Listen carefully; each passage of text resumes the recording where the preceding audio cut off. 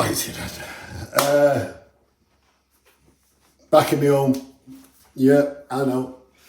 I hope you're not getting bored of me by now. If I was you, I'd be getting bored of me, you know, but my little brother Mickey was there like, are we shooting more video? And I went, no. And he went, come on, Jay, you're really good at it. So I went, no, I don't want to. He went, Jay, we're shooting more video. So here we are. So I'm going to do dessert, and I'll tell you why in a minute. A little bit of a story about the dessert, not just the dessert. Now, this is a Thai-inspired dessert, and you'll see what I mean. In Thailand, their main dessert is coconut sticky rice, sweet sticky rice, which is like a coconut rice pudding with sliced mango on top. Now, I'm not a rice guy. We all know that. So what I've done is I've changed it a little bit to suit me, which I'm going to do a coconut panna cotta with a mango jelly with sliced mangoes in it on top and a little berry compote to go around it. I'm not using sugar, I'm using my old favourite maple syrup, you know, 100% grade maple syrup, and you don't need a lot of it, and vodka's going in it, and I'll tell you why the vodka's going in it in a minute. Anyway, let's go to the ingredients, which I've more or less told you all of them really, because there's not a lot to it. For the panna cotta, we've got maple syrup, cream, coconut milk. That's it. That's it. You need a good coconut milk that pours, not the one that sets. So that's it for the panna cotta. And gelatin. 2 teaspoons, level teaspoons of gelatin. The berry compote, raspberries, blackberries, blueberries. No berries. Berries are good for you. Berries are good for you. A lot of the other fruits, not so, but berries are. Anyway, mango, nice and ripe. Vodka. Tastes great in it, but we'll get to that in a minute. So let's crack on with it. Now, the reason why I've left this, usually I'm in front, but I'm jogging around here, but I wanted to show you the best way around doing this mango. So you just peel it. It's a nice ripe mango, so might be a bit bruised actually, but you know what? It doesn't matter in this dish. It really doesn't. For the simple reason it's when it's like this, it's sweeter. You know, like when bananas get to a certain point and they dark brown, it's the best way to make banana bread. This is kind of the same kind of thing. So overripe in the dessert, not an issue. So let me just sort this out. So anyway, got a little story for you. 7 years ago, a very good friend of mine, Ian Mack, had the same diagnosis as me with the cancer and more. So, yeah, there it is. So he had it, tonsils, throat, lymph node, lymph gland, same as mine, all here, same as mine. But the difference with Ian is it was also in his spine, and they gave him 3 months to live. So Ian was like, I'm going to go to Switzerland and get euthanized. He didn't want to put his family through all that, you know what I mean, which I totally understand, because if it would have got to that point, it would have been something I would have thought about. But anyway, he didn't, and he went on to trial medicine, and the trial shrunk it, yeah, which was great news. However, Ian being Ian, right, he was given 3 months to live. That was 7 years ago. He's coming for tea tonight. And when I say he's coming for tea, he doesn't walk in like all meek and like, no. You know, this guy's out walking now as we speak. You know, he's hitting life. He's got a Thai wife. He's doing really, really well. He's exercising. And by the way, when he comes here, he drinks all my whiskey and has a 3-day hangover and moans at me and blames me on it. But the main thing is, I'll take that hangover, because I'm going to give him a lot more than them hangovers, for the simple reason he's alive. He's alive and he's kicking it. So this guy was given 3 months and he's flying. So it's never over. If you've got fight in you, you're in the game. Keep going. Keep going. And I base my recovery a lot on Ian, to be honest, you know what I mean? So this is why I'm still here today. This is why he's going to come round tonight, eat steak, drink whiskey, we'll laugh, we'll joke, we'll play all the old rock tunes, probably keep them up next door. We don't give a shit because we're live. So anyway, back to the cooking because I've been messing around while I've been talking. Anyway, mango, I just peeled it and then I took it to the stone. But I've left chunky bits here, so take the cheeks off and then leave chunky bits right there. Now the reason why I put it in this is because we're having, now this, let me just taste it. It's important to taste because you don't want it over sweet. And that is a lovely sweet mango. To be honest, I'm just going to give it a little tablespoon to give it like that caramelly kind of flavour. But then comes this bad boy. Now with my pal Ian who's coming for tea, good splash of it because I want a good splash of it. Good vodka, good splash. Because I don't eat desserts, but when I do, it's ones that I eat myself, as in I've done them because I know what goes in them. Hate sugar. Now, excuse me, I'm going to blend it. 1 second. I'll hold this up so you can see it from behind the pan. As you can see, that's going into a puree, yeah? How cool is this blend? It was only a few quid from liver. I love that Central Ireland liver. Anyway, as you can see, a nice smooth puree is exactly what we want. And that's done with. That's done with. Let me get rid of this. So we got a nice smooth puree, little pan. See? Okay, we got it. Now what I like to do now, I like to bring this up to heat for the simple reason, not to cook it as so. Well, I'm going to cook, the mango's soft, it's ripe, it's perfect for a dessert.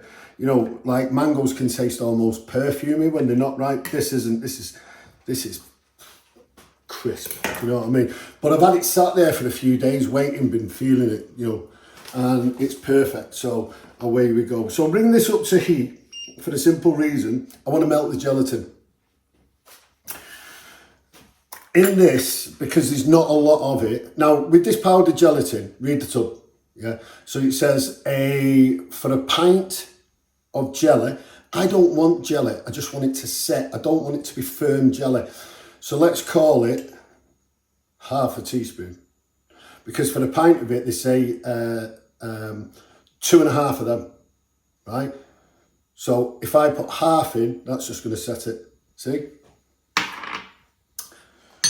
Always with things like this, always make sure you read it. So I'm going to bring it up. Now while this is coming up to boil, to dissolve the gelatin, mainly, let's get on the panna cotta. It's going already. Panna cotta, you need about coconut milk, teacup, double cream,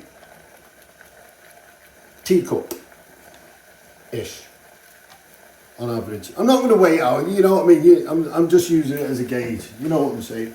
And then you bring this to the boil. Now, this is already kicking off nicely. So, a little good thing to do is if the mango isn't ripe enough, you put the mango in now and cook it out a little bit in the bit of maple syrup. It's only got a bit in. If it's a bit too tart, then stick a tablespoon, not a teaspoon like I've done. But the gelatin is melting nicely. By the way, the panna cotta, half and half. Let's get this on the go as well. When this comes to the boil, that gets it the gelatin. That's it. So anyway, that's all melted. Put the mango in, the chopped chunks of mango now. Give it a stir. Now, I got these plastic pots, yeah. And in the bottom of the pots, even amounts of the mango puree. And as you can see, and you've watched me do it it's pure mango. There's no tricks here, do you know what I mean? It's pure mango.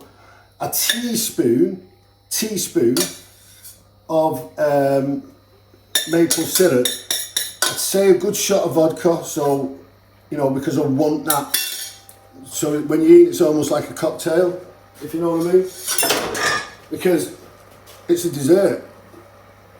I want it to taste, I don't know, I want the alcohol in it, is what I'm trying to say. Do you know what I mean? So anyway, you put these, as you can see, put these in the fridge, put the lids on, in the fridge, set them. Now they don't have to be completely solidly set, but they do have to be set. Now, in this right here, so let's just say you've set them, right? So you put them in an hour and you've set them. In this, you put a teaspoon and a half of the gelatin, right? See, here's me going to go back in my drawer again. This drawer's going to be famous, you know what I mean? I'm always going to clatter it about. So, right, let's get rid of that. Stood there with a teaspoon in my hand like that. You know, like, anyway. Whisk the panna cotta, and I don't mean to put air in it, again, to dissolve the gelatin. So let's say they go in the fridge and you've dissolved the gelatin, right? Moving on. Oh, wait 1 second. The maple syrup. Tablespoon. Almost forgot. Can you imagine that? Oh my God. So this is like a coconut, and the maple syrup makes it a bit caramel. Now it's come up to the boil. The gelatine is melted. Trust me. Right, so next pan. Again, nice and simple. We get some berries. This is going to be a berry compote, and you'll see what I'm going to do. Right, so blueberries in, and this ain't going to be lots of, you know what I mean, like, not, you know, but I just want the sweet berries on the plate, and you'll see what I mean in a minute. So blackberries,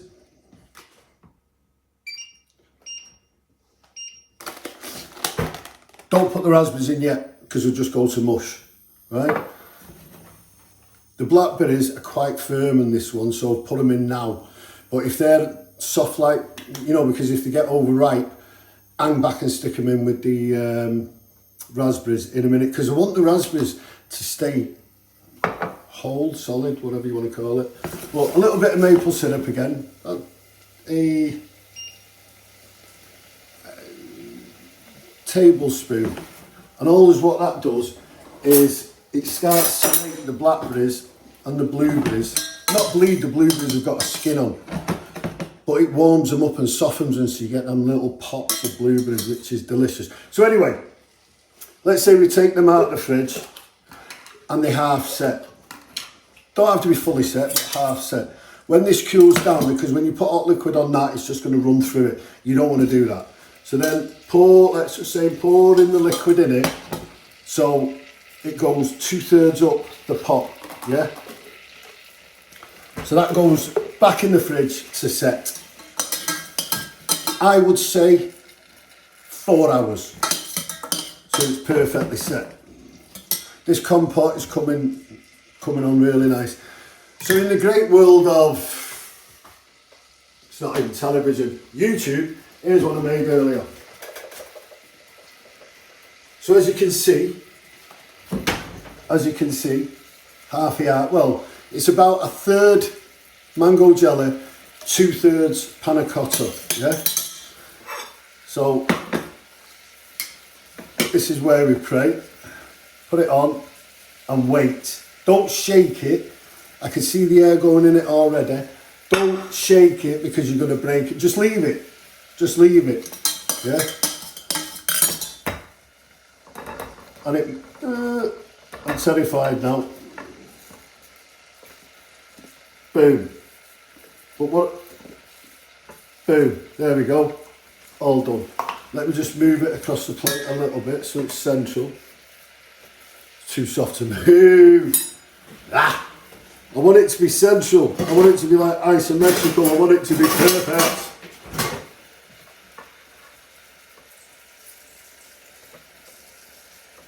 Got it. Got it. Okay. See, even I'm not perfect at cooking. We all mess up. So anyway, this is breaking down lovely. Let's get some raspberries in on the job. A few raspberries. Smells delicious. Now, take it off the heat here and just stir the raspberries through. I want them coating in that, in the syrup, because I don't want them broken down into a mush, and you'll see why now.